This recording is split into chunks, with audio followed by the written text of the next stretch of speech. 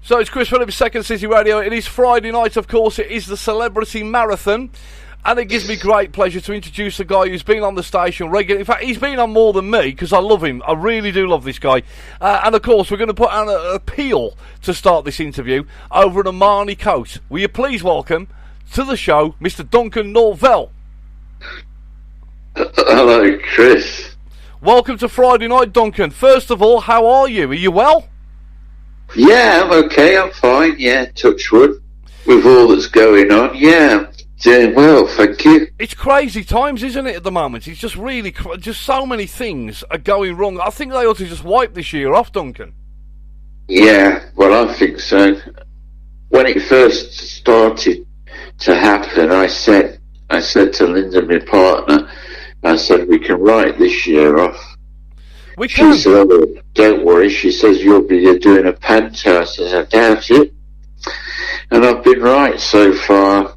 And so unless they can find a vaccine, I don't think show business will come back, personally. But Mr. Showbiz is on the show tonight, which is the most important thing you hear with me, which is great. This is what it's all about. I need to mention, we had a little bit of a chat off air, and I don't know if you can elaborate on it, because you know that we got Stan Boardman on later tonight. Yeah. You mentioned something about an Armani code. Do you want to tell us about that? Yeah, it was in 1986, and I got divorced, and I went to live with a friend called Tony Barton for a little while until I could sort out another house. And I moved in with Tony, and I said to him, I says, if I come, can I bring me clothes and some other bits and bobs? He said, of course you can. So a couple of days later, I turned up with a juggernaut lorry where the sides come up at the side. Yeah. And it was just full of all my furniture. And I got 4-poster bed, I'd got a great big suite and everything, and bless him, he only had a 3-bedroom terrace house type of thing. And I started to bring all my gear in. Well, I had a 30-foot plant, and the only way it could go in the house was to be laid at the bottom of the staircase in the pot it came in. Right. So it looked like Jack and the Beanstalk, you know. Yeah. And he was going, no more, what else is there? I says, my clothes to come, yeah. Well, all my clothes took up a spare bedroom, because he had 3 bedrooms. I mean, I'd got one and he had got the other one. Right. There was one spare. So I put them all in there on the rails. And so a few weeks later, I was working then. I'd got my head round everything. I was back working. And I went to do a show. And Tony Barton and said, oh, Stan's coming. And he wants to stop over. Right. He says, you'll be out tonight anyway, won't you? I said, yeah, I'm stopping up in Manchester. After I'd done my show, I was staying. Yeah. So he said, oh, I'll let him have your room. I says, yeah, okay. So anyway, Boardman come, and the next day when I got back, he'd left, he'd gone back to Liverpool, but he took my coat with him, because where all my clothes were in the back bedroom, there was all my shirts, my stage shirts, my suits and everything, and I'd left my Armani coat, and I had a full length brown or Armani coat. It was like a camel's colour. Right. It was beautiful, honestly, Chris. It was lovely. Oh, nice. And he took it there, honestly. really done me, that did. And I rang him up because I thought, well, I'm going to get it back. It were a lot of money. And it was after Tony Barton said to me, leave it, Duncan, I'll sort it. I says, all right then. I said, well, hurry up then. I said, because it's coming towards winter. He says, I'll give him a ring and sort it. Well, that afternoon, don't forget it was cup final. Right. And it was 1986. It was Liverpool versus Everton in the FA Cup. And I sat down to watch it. And the coaches come with the Everton players on, and they got off, and they used to have celebrities on the coach in those days to kind of keep the players all relaxed a bit, you know. Off come the Liverpool. On the Liverpool bus, the first one off was Kenny Dalglish, who was the manager then. Yeah. Followed by Stan Boardman with my coat on.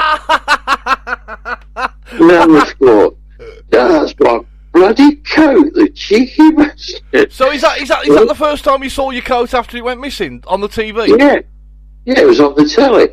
So I waited, watched the game like you would on a Saturday afternoon. Yeah. And they kept doing like little cutouts to the dugout. Yeah. And he was sat behind the dugout there with one or two other dignitaries. And he got my coat on. I mean, he did look good. It's the neatest I've ever seen him look, honestly. And I thought, I'm going to ring you tonight. Anyway, I got back home and it was on my mind all the time. I thought, I've got to ring you. Yeah. So I rang him up. And Vivian, his wife, answered the phone. She says, hello, Duncan. I said, hello, Vivian. I says, it's stunning. He says he's having a bath. He's been out for a day. I said, I know he has. He's been out in one coat. She says, your coat? I said, yeah, my coat. I says, go and tell him I want my coat back. And what's he doing with it on television? Right? Yeah. So anyway, she come back down and she says, he said to tell you, at least he's getting your clothes on telly. At least he's getting your clothes on telly, he said. So I thought, yes, bugger. So what did he do? What did he do regarding the coat? What happened? I actually got it back, and we were doing a charity football event with Big Ron Atkinson. Ron Atkinson, yeah. And he turned up to play in it. I was playing in it, and he said, Dunk, I've got something for you. And in the boot of his car, in this bag, was my coat. Okay. And that's when he gave it to me. But I mean, I had to go and get it washed and everything, get it dry cleaned. So really, what you're looking for, because obviously Stan's on later, and I want to put this to him with your permission, Duncan. Is where's the rent money for the hire of the coat and the cleaning charges? I bet you've never been compensated. But did he give you an explanation on why he took the coat from you? It was cold. What? I think he was cold. He said he turned up without a coat on. And yeah, he thought, well, I've got to go down to Wembley. Yeah. On Saturday, I need a coat. Yeah, but that doesn't help you with the coat, though, does it? Because you would have been cold. Yeah, I was cold. Yeah, but I've got a couple more, to be honest. And I've got to say, Chris, he did look good in it because we are about the same size, actually. Yeah, but that doesn't put money in the bank, though, does it? He stole your coat, took your coat. He nicked my coat. Yeah, stole your coat, nicked it, took it away. And then has the audacity to go on to an FA Cup final wearing it. How much compensation do you think you should get, Duncan? How much in money terms do you think you should get for that? I reckon it's got to be worth £500. I mean, I think I paid more than that for it then in 1986. Right, I'm going to make a note of that. So when it comes on later, £500 is what you require. I'll tell him to send it to the Stroke Association. Okay, I will do. Stroke Association. Make a donation and we'll forget all about it. Right, so it's the first time I've told this story. What do you think Stan Boardman's response is going to be to what you've said? Do you really think he's going to cop up £500? He'll probably say, yeah, I had the coat and a couple of shirts. And a couple of your girlfriends. A couple of my shirts. So he had some of my shirts as well, because I had some stay shirts. He took your shirts as well? Yeah, he had a couple of shirts. Yeah, he said, these are nice. Tony says, oh, well, he's got hundreds. I'm really surprised he didn't arrange for an accident at the theatre that you were performing at to nip in there as well. Lock you in the broom cupboard or something. No, he wouldn't have anything to wear if it wasn't for me. So it'd have been naked Stan Boardman, which would have got him even more press. Yeah. I've got to say, obviously, you know, this year with the lockdown and all these things that are going on, how have you kept yourself motivated, Duncan? Well, really, I mean, it's been hard. It has been hard. I mean, I've been lucky because we've got a nice garden. Yeah. And we've been outside. The weather's been good for most of this lockdown anyway. Yeah. And I love gardening. So we've been doing that. And, well, because we can't go and see anybody, I think we've just run the phone bill up to about 10,000. Well, apparently it's been the year of box sets this year, because obviously everybody's been streaming, downloading films, comedy. Who are you kind of adoring at the moment in the comedy world? Are you big fans still of comedy? Do you like to see these up and coming stars? Who kind of floats your boat comedy wise, Duncan? Well, at the moment, I'm not really like got a favourite, to be honest. I mean, nobody out there at the moment's doing it for me. I mean, you put the telly on, it's all repeats of everything we've had. I mean, you know, it's hard, you know. There's nobody coming up. And obviously, I mean, until this gets sorted, there won't be nobody going out there to learn the trade, will there? So if we go back in time a little bit, we go back to, you know, when things were booming, of course, theatres were doing really well, comedy was on the stage. Who were the people that you enjoyed working with? I think I had a recollection you've told me before, people like Cannon and Ball maybe, Bobby Davro. Were you all kind of in this together back in the day, of course, all sharing the stage, doing these multiple shows week after week? Yeah. There was myself. I mean, I worked with Stan a few times. Yeah. I mean, he's one of my favourite Scouse comics. You know, he's very, very good. And then you've got Mick Miller. Yes, Mick Miller. I like Mick. He's a good comic. I mean, I've got a friend down here in London called Mickey Pugh. Yes. Who is an excellent comedian. He should have been a big star in my mind. And obviously Bobby Davro. I mean, I've been keeping in touch with Bobby all through this pandemic. And yeah, Bobby was on the show a couple of weeks ago. He was on Bobby, you know, knocking out the gags as he always does.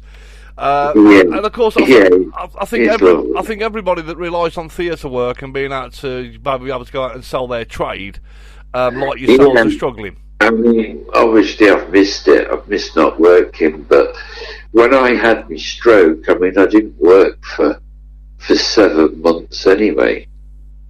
You know, so that was a little bit of a time I had, you know, because I just couldn't work because of the state I was in. But I worked hard to get back to going on stage, and I was doing well again. Yeah. And then this happens, you know, so this knocked me down for another 5 months. But, you know, what I always say is you're a great human being, of course, and I know you love the station, of course, and the things that we're doing here. And we've kind of become a bit of a people station now. I've got to mention that things would have taken a slightly different turn because those that know, I mean, you've done several interviews on this station, and we adore you here.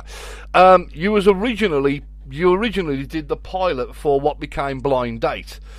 Do you think if that would have gone ahead that your life would have taken a completely different turn at that point? At that point, yes. Yeah, it would have made things a lot easier, should I say, and I'd have had probably a lot more TV offers. Yes, I agree. You know, I mean, I'm still in the business hoping that one day I will get a chance at a new show, you know. Yes, yeah. I mean, I watched a new show last Saturday, and it's called Rolling in It with Stephen Mulhern. Yes. And I don't know much about him, but, you know, I never heard of him round the clubs or where he learnt his trade, you know. Yeah.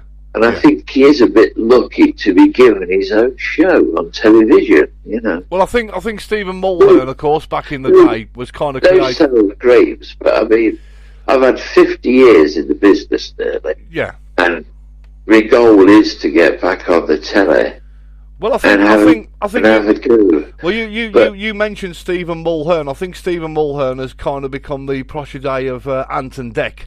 Because they're always doing stuff together, so I think maybe that's opened and created a few doors. There's been a few things in the middle of Saturday Night Takeaway that Stephen Mulhern's done that they've then created a show from that little mini segments. That's they might be the same management or something, you know.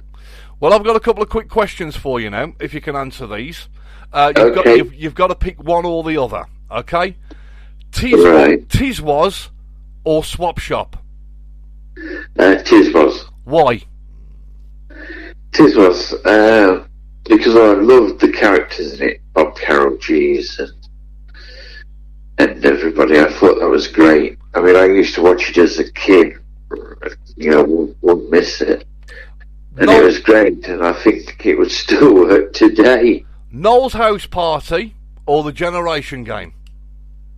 A Generation Game. Favourite host on the Generation Game? Bruce. Got to be Bruce, hasn't it? Got to be Bruce. So, were you a fan of Larry Grayson? Yeah, I thought Larry did a good job as well. I mean, he was very good, but Bruce was the best host, I think. EastEnders or Coronation Street? Coronation Street. Why? Because I'm originally from up north. Even though I'm down south now with my partner. But I love Cora. If there's one thing you'd like to be remembered, I'd go and live there. There's no coronavirus there, is there? Well, there's no cameras rolling. If there was one thing you'd like to be remembered for, what would it be? Just a nice smile and friendly and a good comedian, good clean comic, you know. Of course, those two words that follow you around everywhere: chase me, which will always be Duncan Norvelle. Yeah. Chase me's always been a good catchphrase. Yeah. What's your hopes for the future now, moving forward as we come out of this pandemic? What is your hopes for the future now? Well, making a decision whether to stay in the business. Yep. If not, I'm thinking of looking for something else, but something that will help people. You know, whether I start my own agency, something where I think I could obviously help a lot of people who want to become budding comedians or something. Well, you've been there. You've been there. You've got the whole, you know, the showbiz world. You know how it works. I know what it's about and what people are looking for on television now. You know, a lot of them are just made stars. They're not necessarily the most talented people. Don't get there. It's the same in football, though. It's the same in everything. Well, you know, one thing I will say, of course, you very graciously, appear on the show, of course, as and when, and it's been an absolute marvel to talk to you. I wish I could talk to you longer, but I've got to work out what I'm going to say to Stan Boardman about this coat. Listen, he'll have a different story, but mine is honestly true. Well, I promise you, you'll hear it a little bit later on. You can sit there with your lovely other half and listen to it. I will put the question to Stan. And if I get a subpoena from the courts, you can come as my witness. I will be there because I will have the evidence. You've told the story. We know, yeah. and I'm going to go into bat for you later tonight. We want his reply now, so I can pick holes in it. This could be an ongoing thing each week. We get the code back. we're going to call it, Duncan, a Marnie Gate. Yeah. And it will run and run and run because I'm going to put to him that he took your coat and wore it and your clothes and left you. By the time this ends, in about a year's time, you'll end up as a tramp. You'll have nothing. This way it's going to. But I will see what Stan's got to say. But I've got to say, God bless you for being my first guest on my Friday night celebrity marathon tonight. And you got some great guests on tonight. It's going to be a good show. But I'm now looking forward. You know, my head is already with Stan Boardman about how he's going to get out of this one and what he's going to say. And you know, Stan, you don't know what he's going to say, do you? You don't know. No. But it's been a pleasure having you on the show, Duncan, and I wish you all the best. We'll get you on again in a couple of months. We'll get you back on again. Yeah, please do. When this is gone, when this is over, yeah, let's have a look and see how things are in a few months' time. Absolutely, absolutely. Hopefully, there will be some places for people like myself and Stan especially. Of course. I mean, he can't be doing anything, bless him. Well, he'll be writing. Bless he's going to stop with people and borrowing clothes, Well, what he will be doing is writing out a cheque for £500 for the Stroke Association. That's what he's going to be doing tonight. I tell you something. He could end up with a shop. He might do a fashion shop opening in Liverpool next week. We don't know what he's up to, Well, he could call it Stan Boardman Take Somebody Else's Clothes. He could call it that. Oh, you've got Jess Conrad with you, haven't you? I've got Jess Conrad. He's on about 10:15 tonight, Jess Conrad. Well, there's Boardman's next visit. He's got a new album out.